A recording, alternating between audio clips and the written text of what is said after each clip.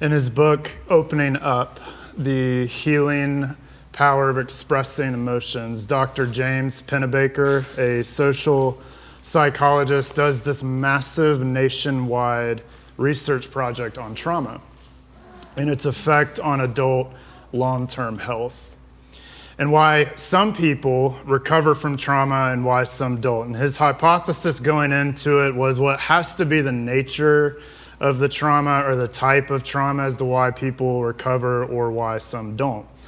What's interesting is he found that that wasn't true at all.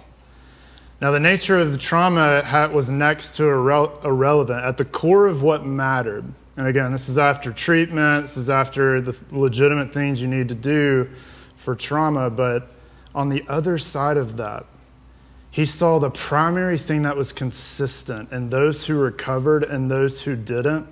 Was there a loving community? Was there a support system or a family to go to?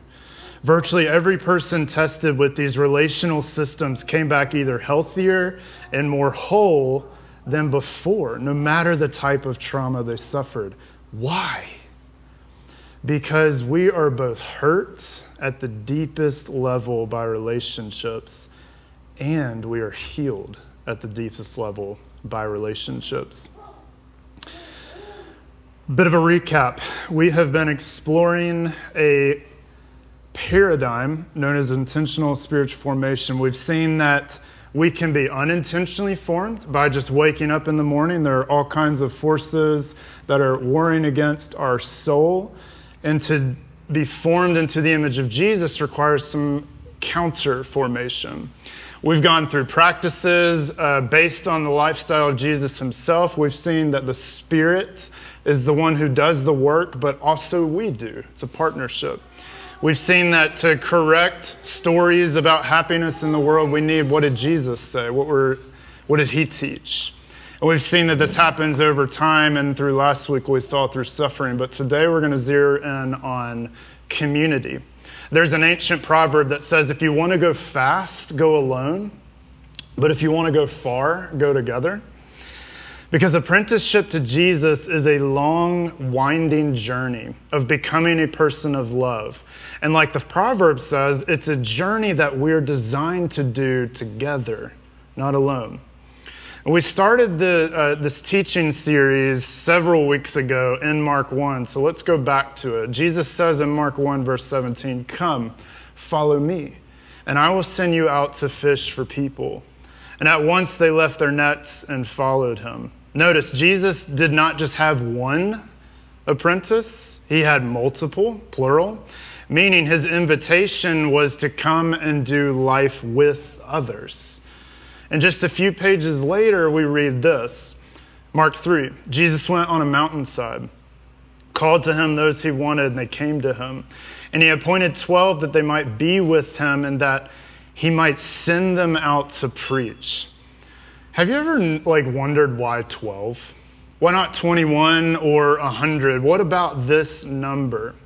Well, it was highly symbolic. He was intentionally naming 12 to evoke the 12 tribes of Israel, because remember, Israel was the one who was supposed to put the world back together with God, and they didn't. So this is kind of his way of doing that with 12 disciples of Israel. He's forming a whole new family. What we call the church is not a building. Even though we're in a building that probably has the word church in it somewhere, this is not the church. It's also not an event. It's a new family, not based on blood, but by apprenticeship to Jesus. And just a few sentences later, we read this in Mark 3, verse 32.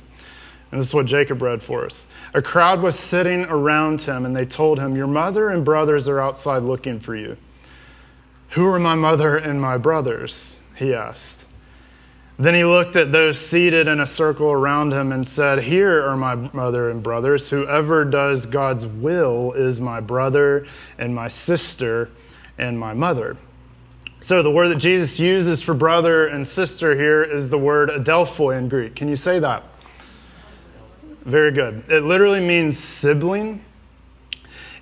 Second to the word apprentice, it is the most used word in the New Testament to describe us. Not the word Christian, this word, adelphoi. It is used 342 times in the New Testament. One of the main ways that Paul and the New Testament writers explain Jesus' work is through the metaphor of adoption. Because through Jesus, we have been adopted into a family. God has become our father, Jesus our older brother, and other apprentices have become our siblings. We are a part of a new family, one that transcends lines that divide us, this is like one of our core convictions as a church, communal. We want to have category-defying relationships. We want to cultivate deep, loyal, united friendships across boundaries of race, class, politics, and sex. In a world that seeks to polarize and divide us, I mean, my gosh, that is like the past couple weeks have been atrocious.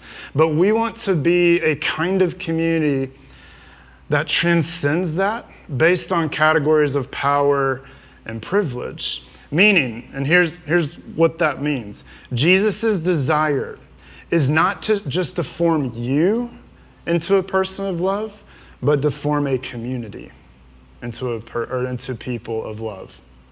Now, this has all sorts of implications.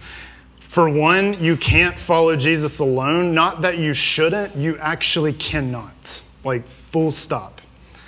Because the whole point of the journey is to become, again, what Jesus called great commandment kind of people, persons of love. I love this by Dr. Todd Hall of the Rosemead School of Psychology.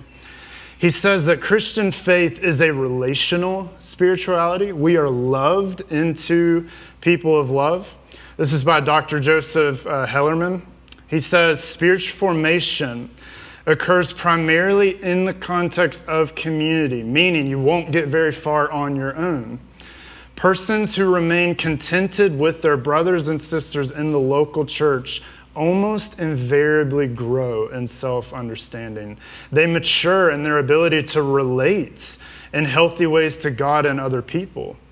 And this is especially true for the courageous Christians who stick it out through, here it is, very messy interpersonal discord and conflict. Long-term relationships are the crucible of genuine progress, and I love this. People who stay grow. People who leave do not grow. This is why the church is so essential. And by church, again, I don't just mean attendance. And listen, Sunday worship is essential to our formation. Jesus lived a life every Saturday. He would teach in synagogues with a gathered community together. But, and while God works through all shapes and sizes and styles of the church, it is usually through smaller, more relational spaces where we experience the most change. I love this analogy here. This is the 4 circles of community. There's a growing number of research out there in the social sciences that group relationships into different categories based on group size and depth of vulnerability. And the most widely accepted paradigm is by Dr. Robin Dunbar of Oxford. It's called the Dunbar's number. And what he says is this inner circle right here is called our intimates. This is 1 to 5 people that know you, like all of you, 100%, your shadow and your light. And they love you as you are. This is kind of what we're trying to mirror what we're calling bands after. However, many in the West, this is really sad, don't have one intimate. Like, they don't have one person that knows them deeply. It's deeply sad. The fallout, again, of Western individualism. Hopefully you have a few people that you can bare your soul to. But again, most of the West does not. The next circle is what he would call our friends. This goes up to about 15 people. Think of who you'd have over at a house party. This is kind of what he would say is quote unquote friends. This is who we do life with. This is who we practice the one another's of the New Testament. We help each other move. We go on vacation together. We drop off meal trains or groceries when people are sick. This is community. This is what he would say is friends. And in time, this is kind of what we're aiming for with what we're calling table communities, 10 to 15 others who live near you, who will eat with you, practice the one another's with you, and so on. But the next threshold is what he calls a village. This is really interesting. This is around the 150 person mark. Sociologists say the law of 150, meaning it is about the maximum number of people that you can be in relationship with.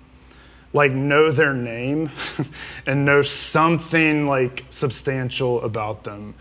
It caps out at around 150 people. This is the optimal group for a human organization. And interestingly enough, this is the average number of church size in America, is around 150 people. And then lastly is what he would call our tribe. This is the final circle. This is the larger group that we identify with and belong to. And so we don't know all these people personally. I think it's one more. Yep, very good. We don't know all these people personally, but here it's where we get a vision of life from other people. Now, many would say this might be their company or a political party or a sports team. I have a really bad tribe in the Georgia Bulldogs. We are awful people, but we win a lot. So for followers of Jesus, though, this is the church. This is the church of Jesus when it comes to spiritual formation. Here's the deal, though.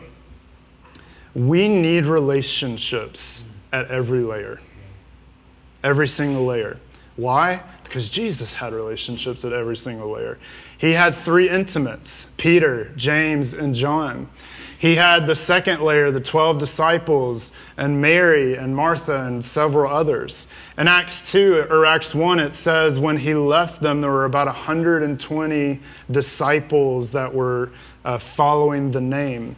And then the tribe ultimately is the larger church, Acts 2, that he left behind. So healthy people have relationships in all 4 circles, but, and hear me, it is only in these smaller circles where the most change in you happens. In layer 2 and then layer 1. We all need what the Celtic Christians call the anamkara, or a soul friend, to bear our most vulnerable burdens with.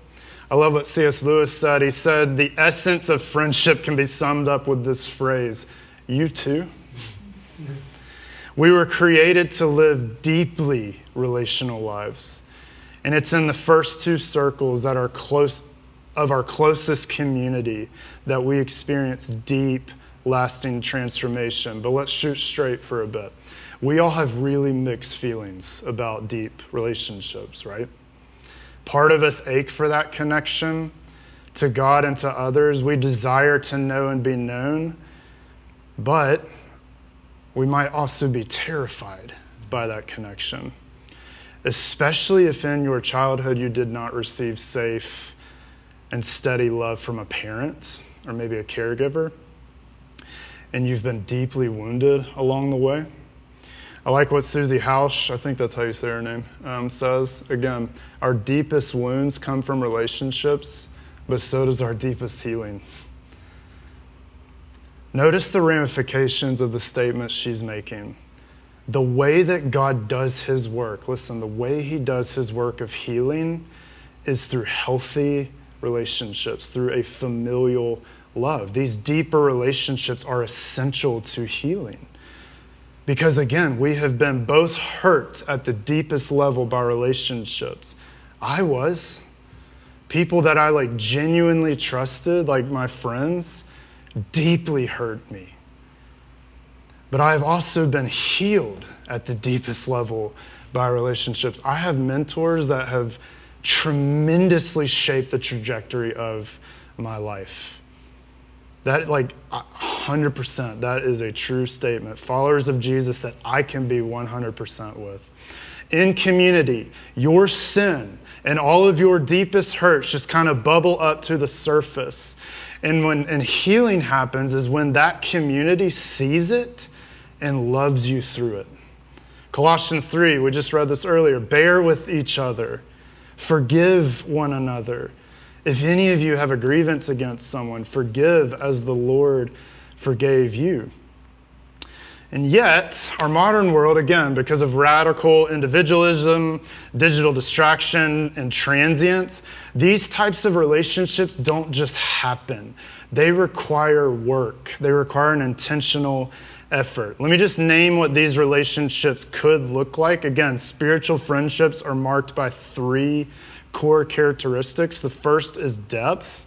This is not just chatting about football or the weather or work projects or the show we're watching on TV. We talk about what's below the surface. We talk about life with God, our pain, suffering, our sin. But it's not just depth, it's also vulnerability. We come together around weakness, not strength. We're honest, we're transparent with each other.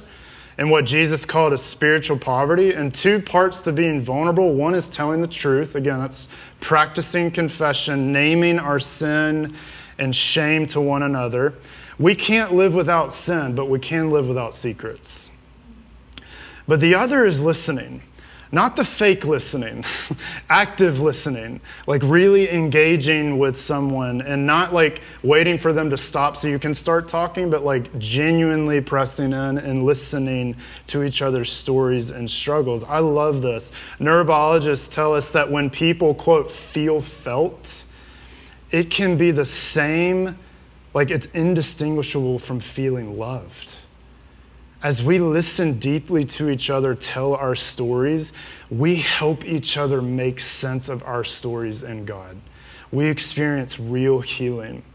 But finally, we need depth, we need vulnerability, but we need to commit to transformation together.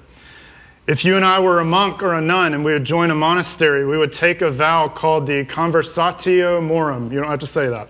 But it means the conversion of life, meaning I vow to a lifelong spiritual journey with others.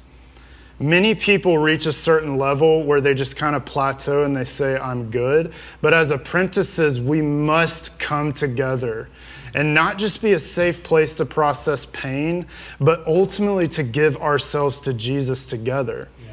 And that means part of the relational dynamic is telling truth to one another. I need people to both comfort me and confront me. I do. I need people to speak the truth in me, to point out both potential and pitfalls. I don't really want a full-on rebuke, but I do need people regularly to speak hard truth into my life. We need depth, we need vulnerability, and a commitment to transformation. Now, it is possible to go to church every Sunday, to even be in a small group, and to never have these kinds of relationships. Because it takes work. It takes showing up when you don't want to. It takes giving access to parts of you you would rather keep secret.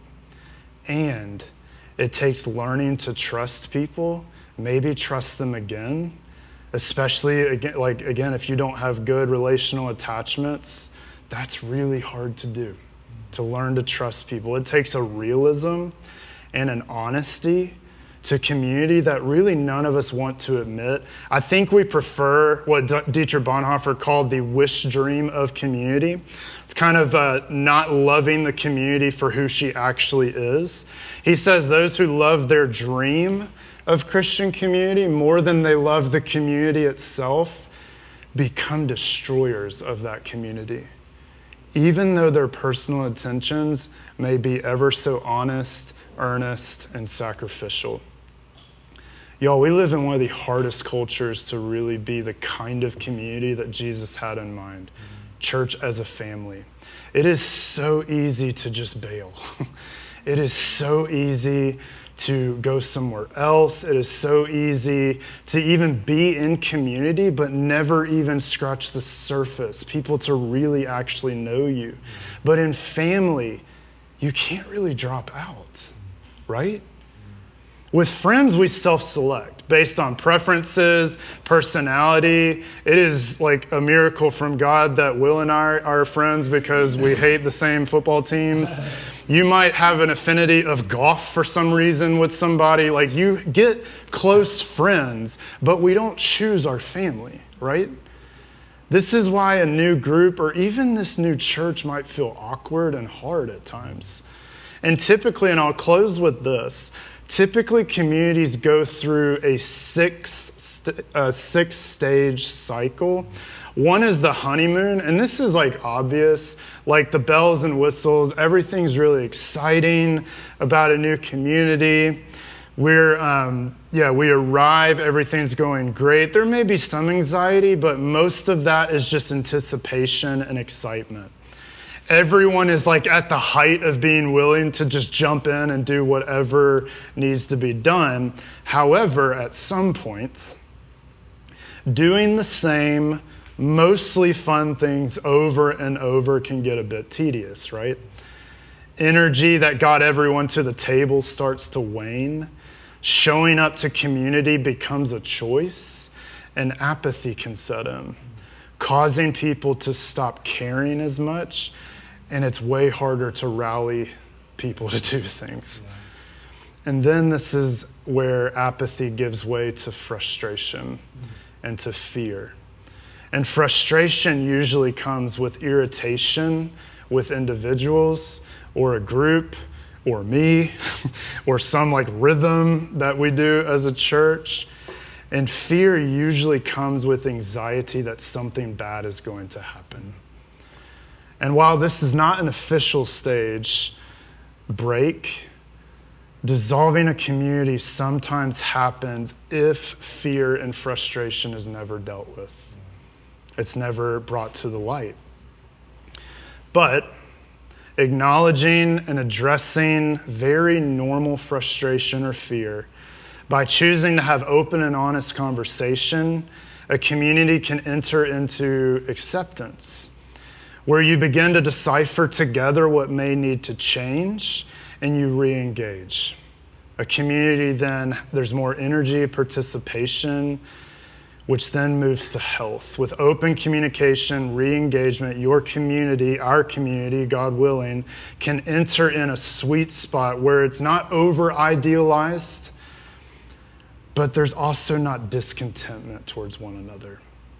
While this stage doesn't last forever, it is really nice to be in. Now, I do think a lot of people bail at the first sign of conflict, which is unfortunate because that is right where Jesus wants to do the really good stuff. Yeah. No actual church or friendship can possibly live up to the wish dream of a community. This church will disappoint you, not if. When it disappoints you, when there is conflict, when you disagree with something we do or I say or your preferences aren't met, what will you do? Now, I'm not talking about if there's abuse of power, manipulation, or heresy. Get out, run for the hills if that happens. I'm talking about the normal life stuff. Preferences, decisions, annoyances, disagreements on secondary or tertiary, like theological issues. Maybe you found out someone voted for someone you didn't like. Maybe you wish I was funnier and told more jokes. Whatever it is, your preferences are not going to be met. So what will you do when that happens? Honestly, I can tell you after many years of living in community, it's not easy. And when it goes wrong, it is really painful. But when it goes right, it is a glimpse of eternity. Because if you want to go far in spiritual formation, you have to cultivate a community of depth, vulnerability, and commitment to transformation. Or, as Dr. Hellerman put it, the people who stay grow. So, the practice for this week. I would love to challenge you to eat a meal with someone or someones that you haven't eaten with yet in Eden. I would encourage you to do that. So maybe it's go over to their house or go to wherever. I'm blanking on any restaurant ever, Naf Naf or pizza or whatever. Go eat with somebody that you haven't eaten with yet. Go just listen to their story, whatever. And then if you're not in a band, I would encourage you to join one. This is really where the rubber meets the road for us, where we are processing and pressing in together into following the ways of Jesus. If you want to reach, we're finishing the book, Practicing the Way together, and then there's the 3rd episode of the podcast. But for now, let's pause. I just invite you, even now, let's just sit and wait before we discuss together. Come, Holy Spirit. A lot has been said, but I just pray even now that you bring clarity. Community is a really hard and beautiful concept. Hard to continue in, but beautiful if we'll press on. You're building a kingdom of people that are wildly different than one another, drawing them all under really one shared interest, the blood of Christ. And we've been adopted as sons and daughters, as brothers and sisters. And we share an identity as those yielded to the lordship of Jesus. So come, Holy Spirit. Carve out and smooth out the rough edges of us. And help us, as John 13 says, to the way that we love one another, the world will know that we are yours. So I pray that for Eden Church. Amen.